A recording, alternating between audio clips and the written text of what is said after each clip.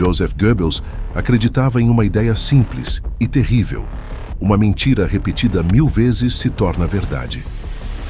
Com essa frase, ele construiu uma das máquinas de manipulação mais poderosas da história. Rádios, jornais e filmes foram usados para espalhar ódio e controlar mentes.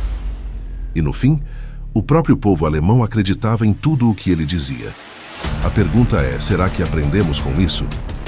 Assista ao vídeo completo e entenda como a propaganda moldou o nazismo.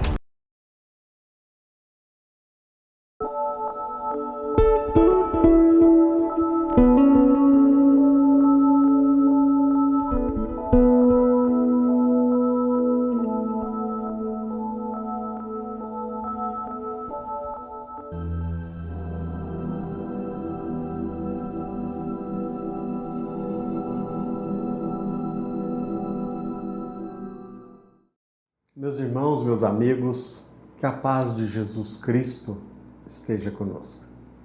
Que as bênçãos de Deus, nosso Pai, nosso Criador, que elas possam nos beneficiar a todos, onde quer que nos encontremos. Eu agradeço pela atenção de vocês. Eu peço licença para, como eu sempre venho fazendo, compartilhar mais um assunto que eu entendo interessante, que pode nos ajudar de alguma forma.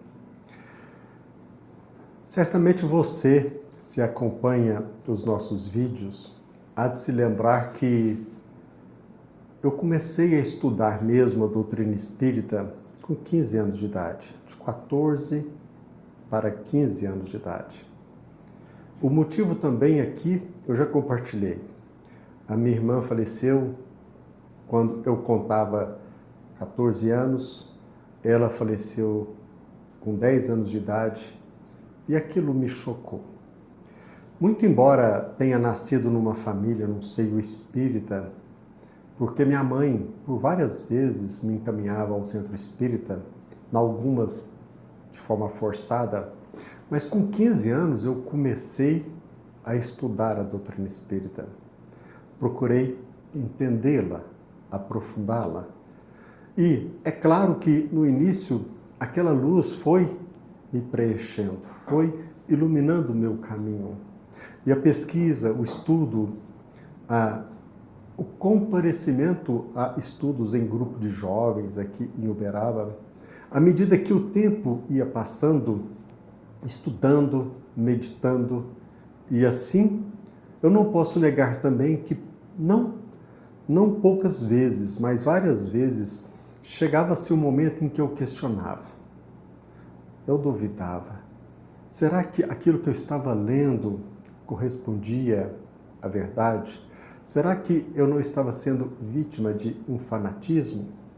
Quantas e quantas vezes assim eu me questionava? Comecei a participar, a cursar a faculdade do Direito. E assim lendo obras de sociologia, filosofia do direito, direito penal, eu pude perceber que a doutrina espírita já havia me ajudado bastante. Como assim? Primeiro porque eu já me encontrava desenvolto, porque desde 15, 16 anos eu assumi o propósito de compartilhar a mensagem de Jesus Cristo. Palestrar, conversar, estudar e assim por diante. Por outro lado, muitos assuntos que ali na faculdade eu me deparava não me era novo. E eu posso dizer para vocês que quantas e quantas vezes, lendo uma obra de um filósofo, de um doutrinador, de um renomado especialista, Néstor, naquela área, eu pude me perguntar, o que o autor está querendo me dizer? Será que é isso mesmo que ele está querendo transmitir para mim? Porque era simples demais. Por quê? Porque aquilo que eu estava estudando, de certa forma, eu já havia lido, estudado, meditado, estudando as obras espíritas. Porque eu estudei não somente as obras psicografadas de Francisco Cândido Xavier, sobretudo as obras da codificação espírita. E assim eu comecei a perceber que a doutrina espírita já havia me ajudado bastante. Quantas e quantas vezes eu me perguntava também diante de determinado assunto, será que a espiritualidade, será que este ensinamento tem valia? Será também que aquilo que eu estou lendo está me sendo útil? Repito, será que eu estava sendo fanático, acreditando cegamente naquilo?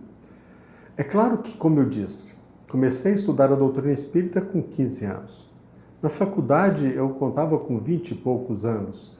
Por mais que eu estudasse, eu era, como ainda sou, mas eu era muito mais imaturo.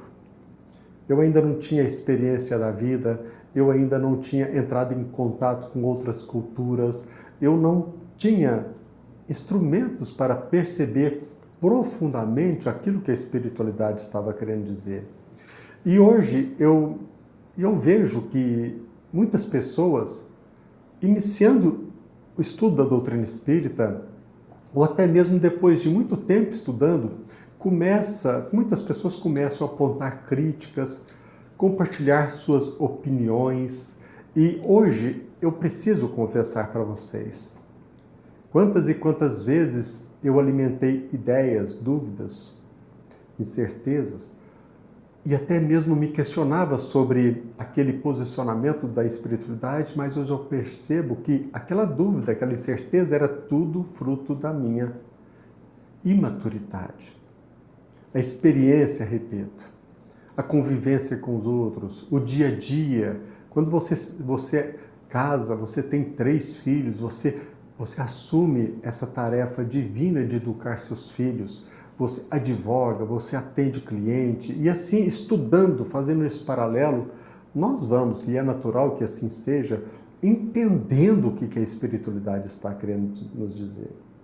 Eu não estou dizendo aqui que devamos, assim, aceitar cegamente tudo aquilo que nos é exposto. Mas aí já tem um ponto positivo na doutrina espírita, porque ela nos convida à fé, mas não a fé dogmática, a fé racional. Então, hoje eu me deparo com algumas palestras e eu fico assim boquiaberto, sem falar para ninguém, porque hoje nós somos assim muito suscetíveis, melindrosos perante a crítica, uma sugestão. Mas eu fico me perguntando como pode esse irmão compartilhar isso que está em total dissonância com o que a espiritualidade está querendo nos dizer. Como que pode determinado palestrante, estudioso, defender teses que manifestamente são ilegítimas, são incoerentes com aquilo que a doutrina espírita nos apresenta? Depois de um determinado tempo questionando as palestras, os posicionamentos, eu comecei também, obviamente, a fazer um balanço sobre as minhas palestras, as minhas análises. E quantas vezes eu comecei a perceber que, mesmo que inconscientemente, eu estava compartilhando aquilo que não era bom, que não era suscetível, não era coerente. Chegou um momento na minha vida que eu me perguntei, será que eu não estou sendo porta-voz das trevas? E eu não posso mentir. Penso que eu já compartilhei pensamentos e ideias totalmente equivocadas. É claro que esta postura é uma exceção. Reconheço também que ao compartilhar o Evangelho, quantas e quantas pessoas, obviamente, se beneficiaram. Nós, espíritas, cristãos, para que nós possamos entender a profundidade do Evangelho de Jesus Cristo, muito embora a importância das obras espíritas, nós não podemos menosprezar a leitura de outros ramos da ciência. Nós não podemos ficar indiferente quanto à leitura de alguns filósofos ou de algumas filosofias. E para vocês terem uma ideia, o tanto que a doutrina espírita me foi e é até hoje útil. Existe uma frase que ela é atribuída a Leon Denis, que ele disse certa vez: o espiritismo não será a religião do futuro, mas o futuro das religiões. Então, a doutrina espírita, muito embora nos apresente a revelação, esse caráter religioso da doutrina espírita, nós espíritas não alimentamos a ideia de criar uma religião, um sacerdócio. O que a doutrina espírita pretende é simplesmente compartilhar as leis naturais, a vontade de Deus. Por mais que eu negue, por mais que eu duvide, a mediunidade é um fato. E ela não é um assunto exclusivo da doutrina espírita. Eu não posso menosprezar também que a reencarnação não é apenas uma teoria, é uma lei. E que também, como todas as demais religiões, nós tratamos como estudiosos da imortalidade da alma.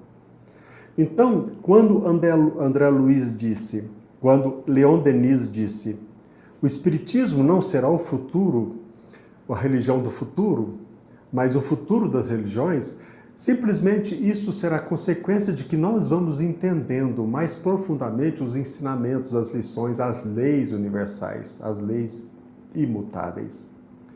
E tem mais um dado ainda que é muito importante, pelo menos ao meu ver. Muitos estudiosos da doutrina espírita desaconselham a leitura de outras obras. Todavia, isso me chamou bastante atenção na questão 628 do Livro dos Espíritos. Ali, a espiritualidade nos convida a prestar atenção, não menosprezar nenhum sistema de filosofia, mesmo antigo, não menosprezar nenhuma religião. Nós não podemos nos mostrar indiferentes a tudo aquilo que, no germe, na essência, no centro, existem muitos e muitas e grandes verdades. Olha para vocês verem, a espiritualidade maior nos convida à leitura, ao estudo de religiões, de sistemas de filosofia antigo e assim por diante. Então, penso que é importantíssimo, mesmo que enfrentemos dificuldades, estudar outros ramos da ciência. Procurar entender um pouco mais os pensamentos, os pensadores, os filósofos. E, assim, fazendo um confronto com o nosso dia a dia, nós vamos percebendo que a experiência aliada ao conhecimento, nós iremos crescer cada vez mais em maturidade. O que eu estou querendo dizer é que estudando, pesquisando, analisando detidamente e confrontando estes aprendizados com a experiência, nós iremos perceber que, sim, a doutrina espírita nos compartilha, divulga inúmeras leis e que só irão nos ajudar. Então, eu tenho me deparado com muitas pessoas que, até mesmo numa palestra, dizem o seguinte: olha, a minha opinião, olha, eu penso de forma diferente. Nós precisamos ter a humildade. Por mais que nós estudemos, principalmente num país como o Brasil, que nós não temos o hábito da leitura, por mais que às vezes a pessoa estude numa escola boa, ela não sai preparada ainda para fazer o estudo detido, para que ela possa até mesmo pesquisar e desenvolver um projeto científico. Então nós temos muitas e muitas dificuldades. Precisamos ter muita humildade para reconhecer que, por mais que estudemos, a nossa opinião ainda não é importante. E quando nós quando nós tomarmos a iniciativa de compartilhar a nossa opinião, e que ela seja devidamente meditada, refletida e pesquisada. Porque senão nós seremos o quê? Porta-voz das trevas.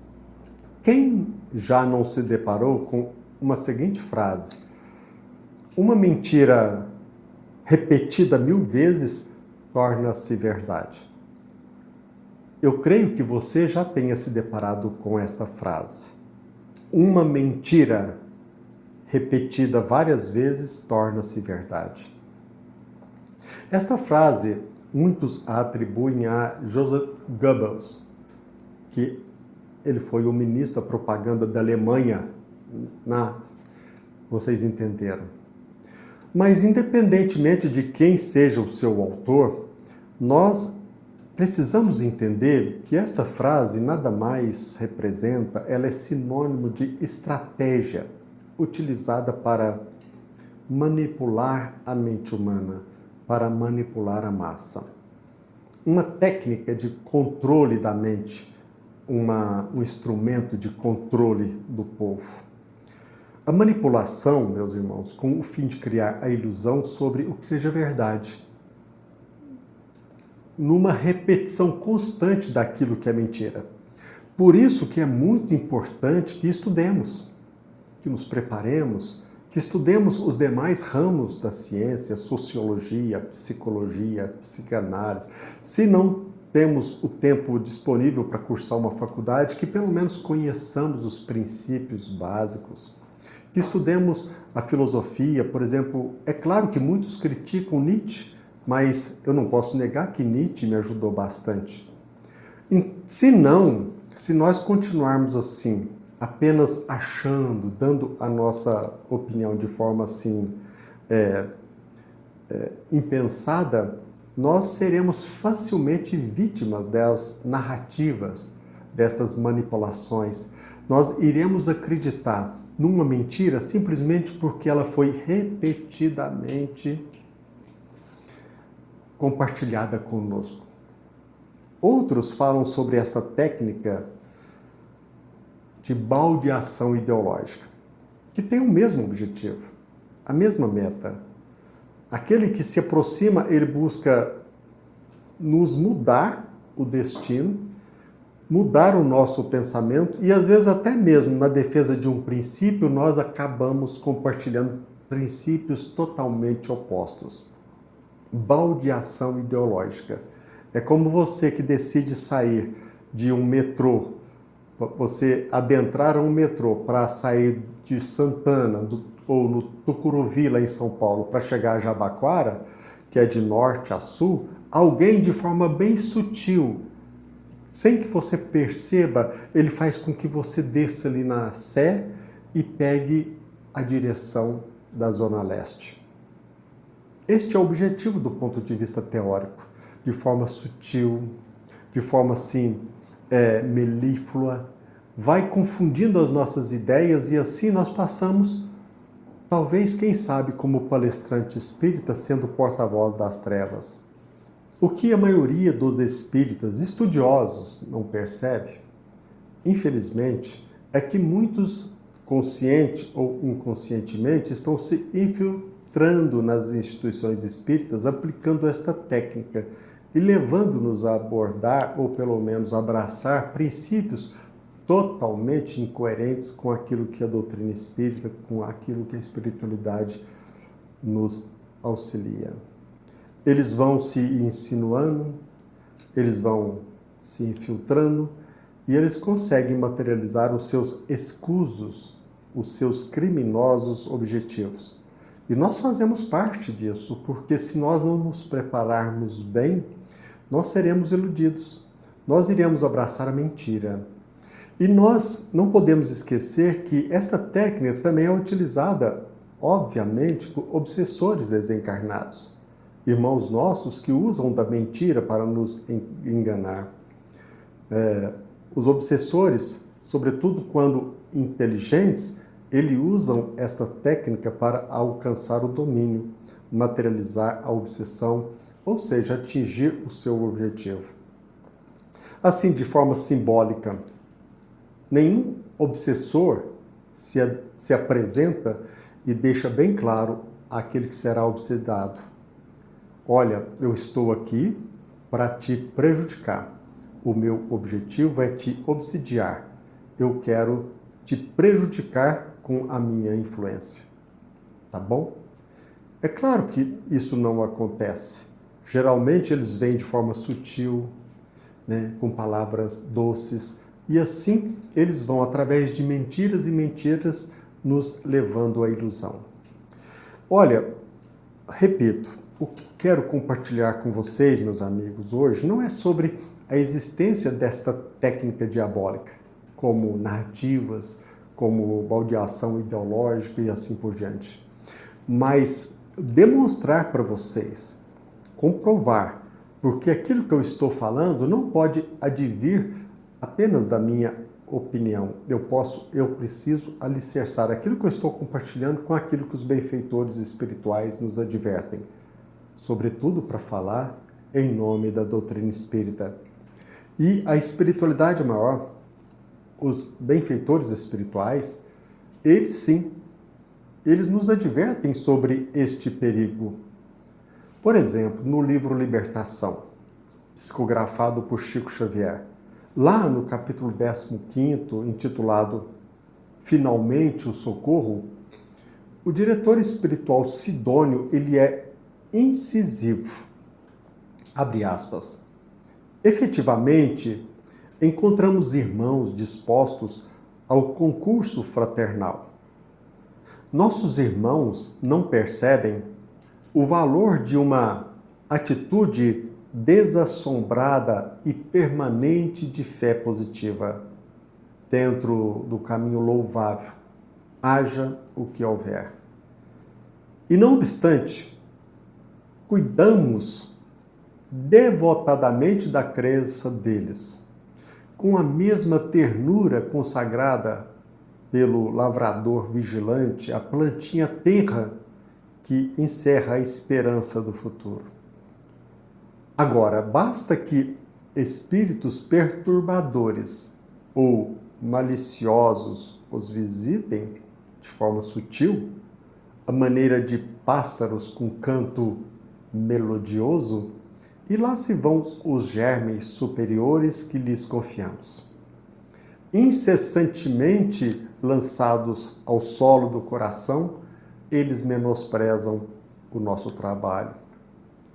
De um instante para outro, duvidam do nosso esforço, duvidam do nosso concurso, desconfiam de si mesmos, cerram os olhos ante a grandeza das leis que os cercam e as energias mentais que deveriam centralizar em construção ativa e santificante são desbaratadas quase que diariamente pela argumentação mentirosa de espíritos ingratos e menos permeáveis ao bem. Repitamos, argumentação mentirosa. Espíritos que, de forma sutil, como o canto de um pássaro, eles se aproximam e, através de argumentos falsos, eles nos encaminham à ilusão. E o que é pior, meus irmãos? A maioria dos estudiosos espíritas não tem percebido isso. O que nós temos percebido é que, reiteradamente, as pessoas, de forma arrogante, em alguns casos, começam a compartilhar as suas ideias como se tivesse a chancela de Jesus Cristo e dos benfeitores espirituais. É claro que a espiritualidade respeita o nosso livre-arbítrio. É claro que também respeita a nossa decisão de criar. Mas nós precisamos, penso eu, estudar, ter respeito com um trabalho tão grandioso da espiritualidade que nos apresentou essa revelação e assim compartilharmos o teor da consolação, a intimidade, a essência do Evangelho de Jesus Cristo, não encaminhando jamais os outros a abraçar equívocos. E assim, nós podemos entender, diante desta situação, hoje, o motivo de, numa igreja, num centro espírita, quase sempre tem girado os assuntos ou as intenções em torno de fantasias. Tem pessoas que, na relação com o divino, pensam, por exemplo, que pedir é receber. Pedir ajuda à espiritualidade é automaticamente receber o que se pede. E nós sabemos que isso não é verdade. Vocês sabem por quê? Óbvio que vocês sabem. Porque, senão, iremos transformar o Evangelho numa ilusão, acreditando que ele é um instrumento para satisfazer os nossos pedidos, mesmo que eles sejam equivocados. Ora, nós sabemos que, muito embora bem intencionados, a maioria das pessoas não sabe pedir. Nem pedir a maioria sabe. Então, as pessoas têm uma ideia fixa de que pedindo serão atendidas e caem na ilusão. E assim, atrai-se muitos e muitos adeptos pelo convite das ilusões, das facilidades.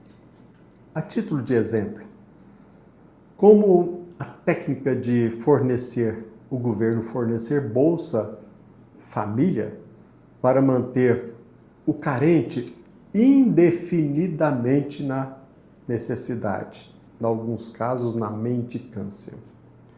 E assim nós, de forma análoga, desrespeitando a revelação, o trabalho da espiritualidade, penso que na maioria das vezes nós vamos desnaturando as lições de Jesus, desfigurando os princípios espirituais, menosprezando o trabalho da espiritualidade e até mesmo na relação com ela, com a espiritualidade, cada um começa a nomear a entidade com nomes diferentes a depender desta ou daquela visão religiosa.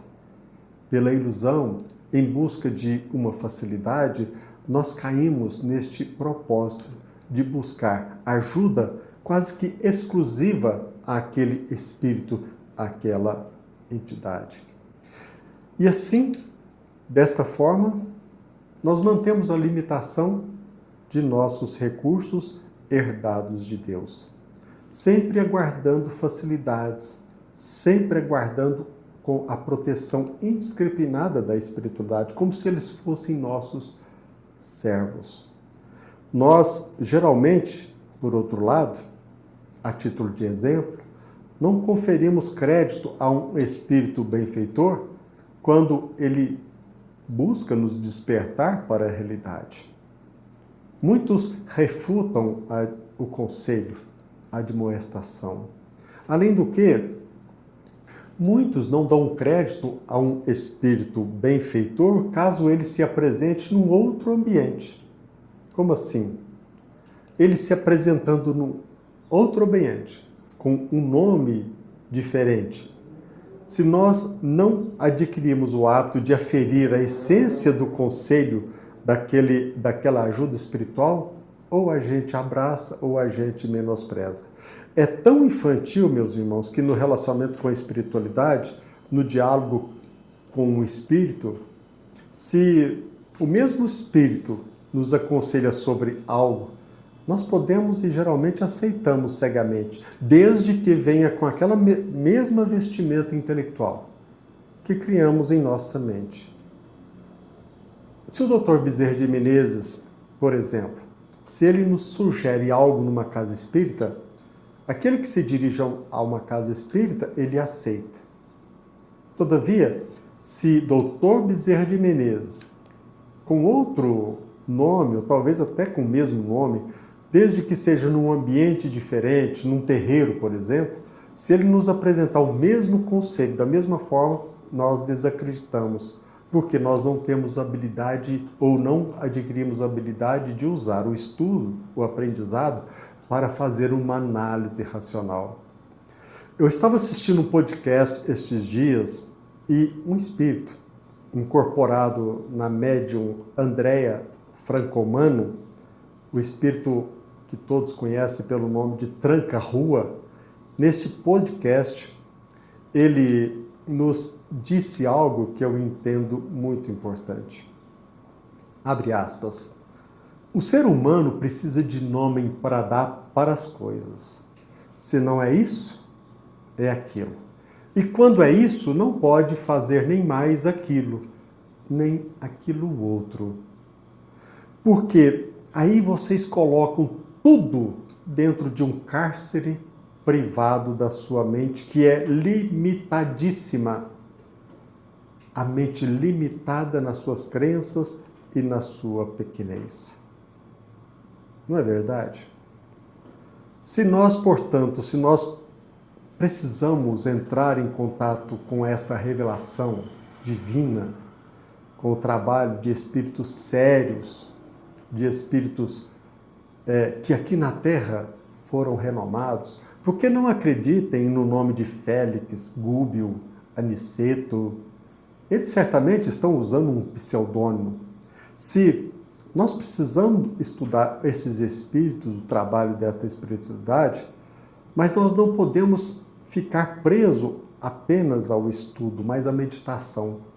É indispensável, meus irmãos, que nós meditemos sobre aquilo que está sendo estudado e que também analisemos a sua aplicabilidade em nossa vida, a coerência com os nossos estudos e com os princípios que Jesus Cristo compartilhou conosco.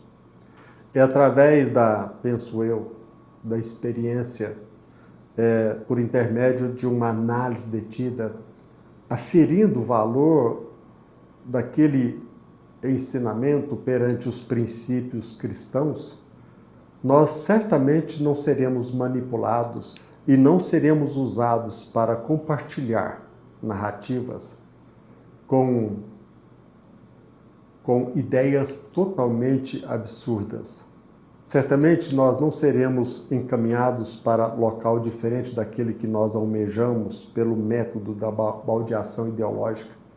Nós não seremos iludidos por narrativas, por argumentações mentirosas, como diz Sidônio. Espero que nós, por exemplo, eu de forma intencional, eu usei a fala de um espírito, tranca-rua. E este espírito é considerado pelos estudiosos da Umbanda como o guardião dos caminhos, defensor dos oprimidos e responsável pela limpeza astral e ordem.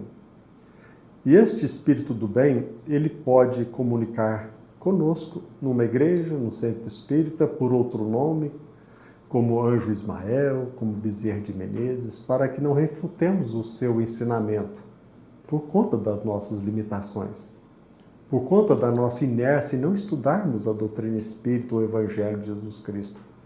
Então, o que eu quero contribuir com vocês é isso. Busquemos estudar e entender, através do trabalho, da experiência, da meditação, quais os princípios norteadores do Evangelho. Nas palavras, por exemplo, do benfeitor Eusébio, no livro No Mundo Maior. Abandonemos a ilusão, antes que a ilusão nos abandone. E não basta crer na imortalidade da alma. Inadiável é a iluminação de nós mesmos, a fim de que sejamos claridade sublime. Espero que vocês tenham entendido a minha mensagem, aquilo que eu estou compartilhando com vocês. E, repito, vamos ser humildes. A Verdade Saindo do Poço é uma pintura de 1896 e é de autoria de Jean-Léon Gérôme, escultor e pintor francês, e está ligada a uma parábola do século. Segundo essa parábola, em um belo dia, a verdade e a mentira se encontraram. E a mentira disse a verdade: hoje está um dia lindo, maravilhoso, não está? A verdade deu um suspiro, olhou para o céu e concordou, pois o dia realmente estava maravilhoso. E elas começaram a passear, caminharam juntas por muito tempo, até que chegaram ao lado de um belo poço. A mentira, então, experimentou a água e falou para a verdade: a água está ótima, que tal tomarmos um banho? A verdade ficou um pouco desconfiada, mas resolveu testar a água e descobriu que realmente a água estava muito, muito convidativa. E então elas se despiram e começaram a tomar banho. De repente, sorrateiramente, a mentira saiu da água, vestiu as roupas da verdade e fugiu. A verdade, quando percebeu, saiu do poço furiosa e correu tentando encontrar a mentira e pegar as suas roupas de volta. E assim saiu correndo nua pelas ruas, e a verdade ia abrindo caminho entre as pessoas que desviavam o olhar com desprezo, com raiva, com vergonha.